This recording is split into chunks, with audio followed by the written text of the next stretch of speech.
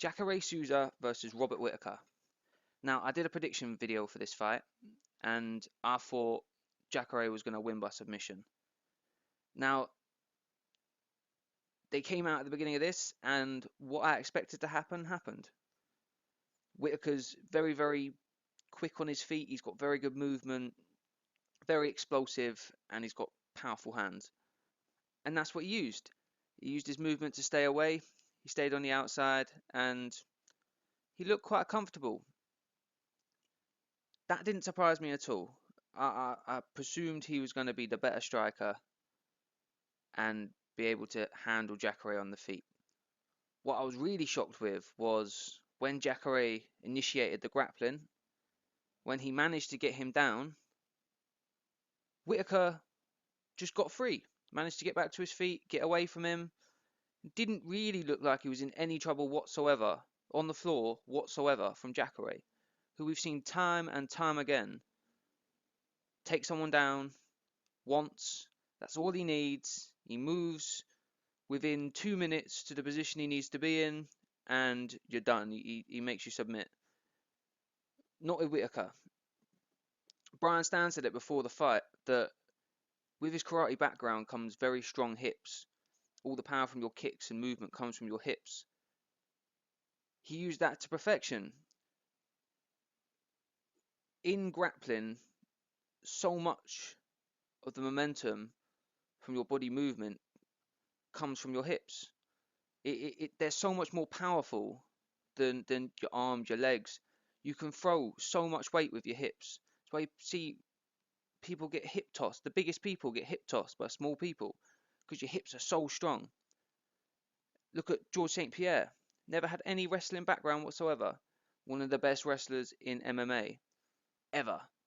Simply because he had a karate background and very strong hips. Whittaker used them to perfection. Got out of any trouble he found himself in when Jacare got hold of him. I think he only got hold of him twice in the whole fight, and yeah, Whittaker dealt with it nicely. Stayed on the outside, kept popping him off with shots. Eventually caught him with a beautiful right hand behind the ear. A really nice straight shot down the pipe. Knocked him down. Followed him to the ground. Started laying some shots into him. Was very, very smart though. Didn't stay down there once Jacare recuperated a little bit. He got off of him. He got back to his feet. He maintained his composure even with an injured foe. Because someone that good at jiu-jitsu can just pull a submission out of anywhere and get you. So he was clever. He moved back. He stood off him again until he could land some more big shots. He caught him with some more, knocked him down, got on top of him, saw he was hurt this time, so went for the kill. Started landing some good shots. I don't think Jacare was clearly in trouble,